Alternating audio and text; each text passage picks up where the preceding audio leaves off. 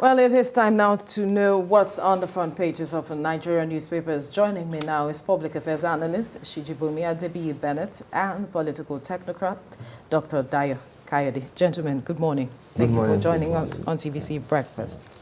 All right, let's begin with the leadership newspaper.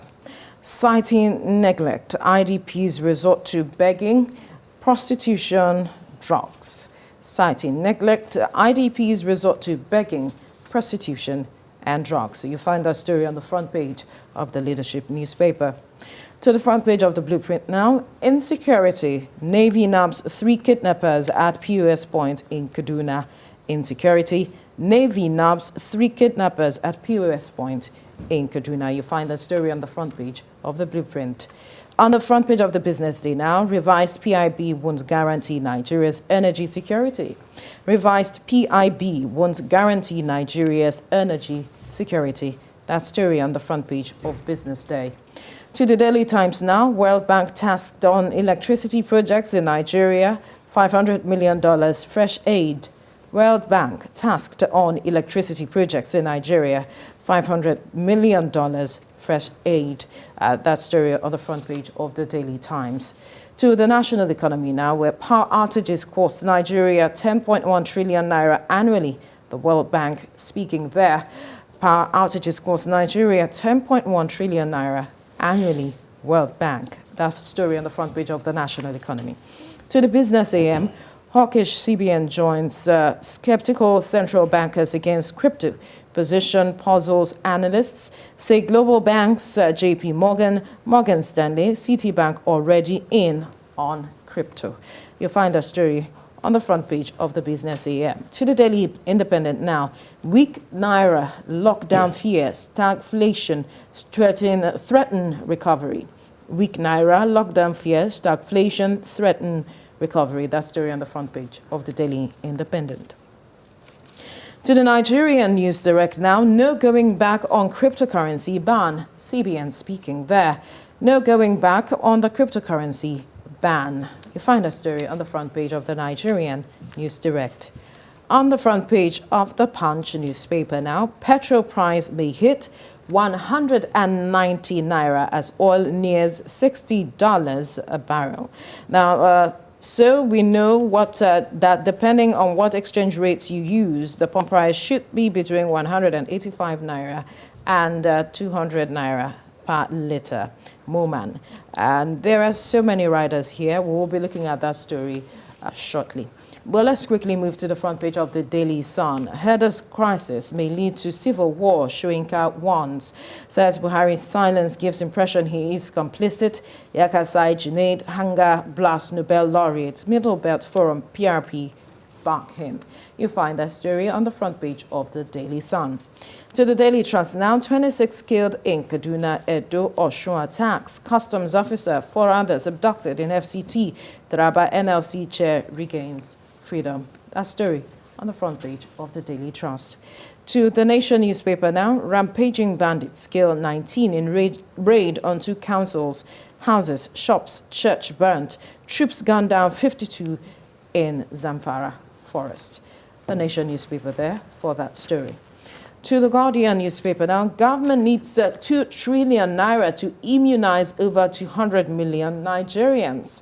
May spend 921.2 billion naira on 140 million people by 2022. Logistics 3 times cost of procuring vaccines, says PSN. Engage consultant public health pharmacists to reduce cost. You find that story on the front page of the Guardian newspaper. To the Vanguard now, that's the last paper we will be looking at this morning. Criminal headsmen have begun guerrilla warfare on Yoruba land, Agbekoya, Afeni Ferry. Stop using false social media insecurity situation, marking this aid. Don't harbor strangers, Ogumana caution subjects. War is at the door, Afeni Ferry. You find that story on the front page of the Vanguard. Well, let's quickly move now to the story on the Punch newspaper, which I think will interest my guest, talking about petrol price possibly hitting 190 naira. Just to quickly read the riders, so we know that depending on what exchange rate you use, the pump price should be between 185 naira and 200 naira per liter. But now that oil price has even gone to $59, then pump price should not be less than 200 naira per liter. There is no way Nigerians can avoid petrol price increase. Ipman, I think it will be premature to say because it has to be based on whatever PPPRA works out as the pricing. The market is already deregulated NNPC. Let's quickly look at the story, gentlemen, talking about the pump price, increase in the pump price. They're saying that it should be less than, there is no way Nigerians can avoid price increase as it is now. Shijibumi, let's look at this. Yeah, there is a way Nigerians can avoid increase, and the way is for the government to heavily subsidize. As of today, I also, as a citizen, want to buy petroleum products at 100 naira per liter minimum or maximum, or 120 naira per liter. But practically speaking, it cannot work. Practically speaking, it cannot work. Why can't it work? Cost of crude oil today is a little above 150 naira per liter. What do I mean? At $60 per barrel, anybody at home looking at us can do a little calculation, himself or herself. At $60 per barrel, even if we use the CBN rate of dollar, which is like 400 naira per 400 naira for $1, that is 60 times 400 naira, which is 24,000 naira per barrel. You have 159 liters in one barrel. Just Google can help us with all these things. 159 liters in a barrel. So if a barrel sells for 24,000 naira, which is $60, that means a liter in Nigerian money is a little over 150 naira per liter. That's crude oil. I'm not talking about even the refined. Crude oil. That's the international price. $60 to a barrel. That's 24,000 naira to a barrel. And that's 159 liters in one barrel. That's a little over 150 naira, or just around 150 naira of 1 liter for crude oil. Now, we've not added cost of shipping to the refinery, cost of bringing back, tax, memory. The last time I checked, that's about 30 naira on 1 liter. So that means, as of today, for you to get refined petroleum at the standard price is 180 naira. So the government may be saying they are not subsidizing. For us to be getting it at 162, they've introduced a kind of subsidy. Now that we are heading towards 190. Now, that means the government now wants to remove the subsidy. The only reason why petrol can sell, the best petroleum products can sell, that's petrol itself, gasoline. In Nigeria, even if we are refining, if the government does not subsidize, is, let's say, 155, 160. Based on the fact that we won't need to export and we won't need to bring back. Quickly, because we need to move to another topic. Quickly, your submission. If not because I know my brother very well, I will say it's a mouthpiece to them. Right. See, let me first of all express it this way. Meaning? That is, they are looking at somebody who cannot walk very well. It's now saying you are looking at the top, you are not looking at my leg. My brother is just telling us theory here. The issue is this: what are the factors that affects this petroleum price increment all of the time? Number one, they always talk of exchange rates. Yeah, dollar. Number two, they always talk about importation. And I want to tell you today that there is fraud in those two factors. There is fraud to the extent of those in power always want to. Do you have facts? I will tell you this. Sanusi, the former governor of Central Bank, said it one day. He said government has created billionaires that sit under the tree carrying portfolio through exchange rates. That is to say, our exchange rate, it's not normal. All right? To the extent that This one they know is the one affecting the prices of petroleum. That's number one. Number two, why since all these days, for goodness sake, have we not gotten our refineries right? A big question. Number one, we have been talking about modular refineries. If we are refining our crude oil here, all these factors they are building in will not be there. Nigerians will be living like kings. All right, number two, we told them the other time, all these illegal refineries you call illegal in the south. Why are you calling them illegal? Are they not refining? Remove what is making them to be illegal and start with legal. All those people train them. All these people train them. These are people that you never trained. These are people that were never educated technically to be able to do, but they are using their intellect to do this. Then why don't you carry all these people, train them, and then improve on the facilities that they are using to refine the crude oil there? These are issues that we need to put together. And again, quickly, our labor, I have been telling them, stop asking for minimum wage. Ask for sustainable minimum living standard.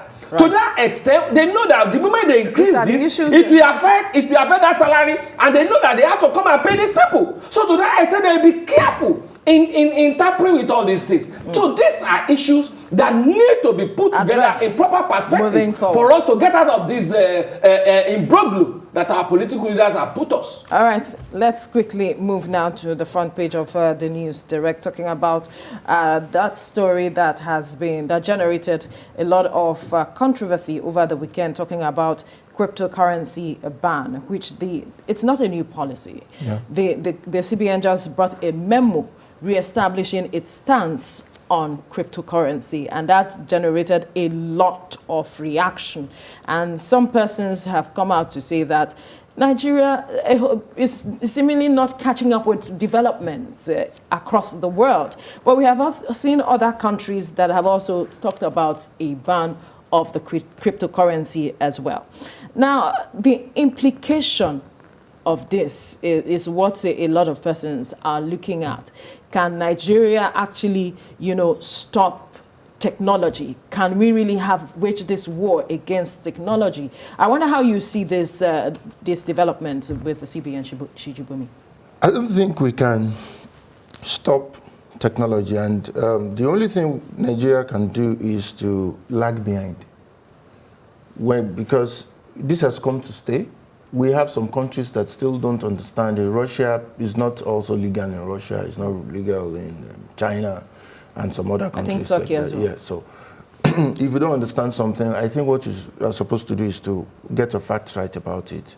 And I think CBN maybe does not understand how it works. I don't understand how it works. I've been introduced to it so many times. But I love to see my legal tender where I think it's safe and where I think I can always see the perhaps that's what the CBN is also trying to do. In as much as that's a personal opinion, you cannot take the right of other people that know how it's been done or that understand it and can make money through it. You can't take that right from them. So I think what CBN should have done is to put a time frame into it, that for so period of time we are going to be banning this. We want to standardize. But this is not new. Like I said earlier, 2017. Sure. Like I said, see, the problem with Nigeria is implementation and policy. I think I said that off camera because sorry to digress a bit. Like when my brother was talking, everything I can feel his passion. I also have that passion. But the problem is successive government, they don't follow through. And implementation, like see all these TSA, BVN, were not from this even administration. The other administration could not implement it.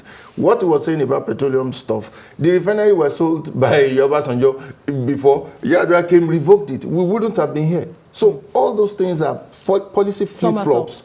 And at the same time, the government not consistent. If my government comes, I do something, his government should come and continue. So government is supposed to be a continuum. So, but when you have flip-flop, because I won you in an election, I want to erase everything that is very positive about you so that people don't remember you. This kind of all these, we call it politics of bitterness. It won't get us anywhere. So like this, I think the CBN should follow through, but give people that time frame if they don't understand. Because I don't see how this can aid terrorism. If you are saying every legal tender that aids terrorism is going to be prohibited, even Naira, people use Naira for terrorism. So are you going to ban Naira as well? No, at least it can trace that. But for cryptocurrency, you can't trace. So our They are not addresses. So that is the issue for the CBN. That is one of the issues. Okay. You see, even in advanced economies, they talk about cryptocurrency. Right. If you go further to look at the origin of cryptocurrency, it was about to be started by Muammar Gaddafi when he was looking at the way the Bank of New York and all that were operating, and he was now telling Africans, "Hey, look, how can you be borrowing? You say you are borrowing ordinary paper, and then they will now be charging you interest and all that. So let us start our own." And he was using that one in gold, and that is why till today, I will never be on the same page with those people that clamored then for the removal of Gaddafi. Forget about that. He had been there for long and all that. But then, what has he been doing in that particular country? As a graduate, with that work, it gets to know how much money you'll be taking from their petroleum. By the time you are married, it gets to know how much money you'll be having. By the time you are, it goes on and on like that. So the thing started from, he originated it. And unfortunately, some people did not even understand. Look at what happened in Nigeria some time ago. Some directors were sacked from the banks. And these directors, they are all aware about this foreign exchange thing, how to invest the money. And they now started we now call wonder banks. You should remember, some years back. People were making money from it. Iya Lata at Sango, Iya Onimukaila at Mokola, all of them, I was aware. They were putting their money there and they were investing that money for them. Between you and they were getting money back. I saw people interest. I saw people collecting money. That's forum. You say what? Forum. Those banks. It's not forum. No, that one is no forum. There are almost about 50 of them. One was being called Nepsto, whatever, And unfortunately, because they are now seeing people making money from it, and the money passes through the central bank. Because when they invest that money, they invest through the central bank. When they are collecting money, they collect through central bank, and then it now goes to your bank. I heard about it. I saw so many people doing it. At the end of the day, one night, central bank just came. He said, "Bam," and the old money, they are still in central bank. What is central bank using that money for? So these are issues. Trillions of naira for Nigerians. So with cryptocurrency, now what is the issue? With cryptocurrency, what I'm saying is their policy, they just wake up one day, what they don't understand, they just stamp. So you don't think they are trying to protect the interests of Nigerians? Which is, are they protecting the interest of Nigeria? If they want to protect the interest of Nigeria, let them come up with policies that will stop S-men from killing people at Okeogun, killing people in Ekiti, killing people in Ogun State. That's not for the CBN. Are they not part of government? What I'm saying is, whatever CBN is doing, CBN is the mouthpiece of the government in financial institution. But so we also believe what I'm saying is independent. You say what? We also believe CBN should be independent. But is it independence? That's what I'm saying. That's what I'm saying. It's a mouthpiece. It is. Whatever you blow inside for is what the whistle is. What the whistle will bring out. If you take your this, what do they call it, that flute, mouth organ. I don't want to say mouth organ. Some people will be thinking I'm talking of Ambado. Mouth organ. Anyway. And you are blowing it. It is what you blow inside that will blow out. It is what government wants that is saying CBN should do. Because they know that people are getting money again from cryptocurrency. I have a friend who is a graduate, no job, he's into that crypto. He even told me last week, come and I said, I don't know about it yet. Let's leave the conversation here now. He will do it on your behalf. Thank you, Dr. Dayo, for your contribution on the program. Shijibomi Adebiyi Bennett. Thank you for having me. For your